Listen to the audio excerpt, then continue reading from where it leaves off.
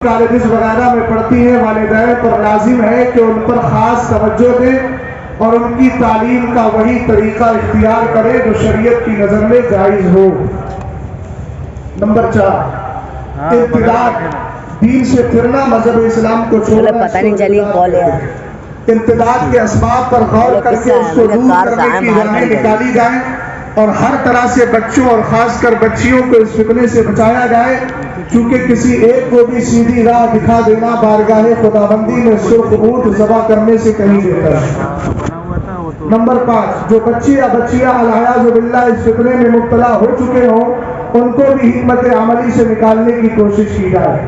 Number 6، جن بچیوں کے ارتداد میں مبتلا ہونے کا اندیشہ ہو تو ان کو ان کے گھر والوں اور رشتہ داروں کے ذریعے سمجھایا جائے اور ان کو اس دلدل سے نکالنے کی کوشش کی جائے۔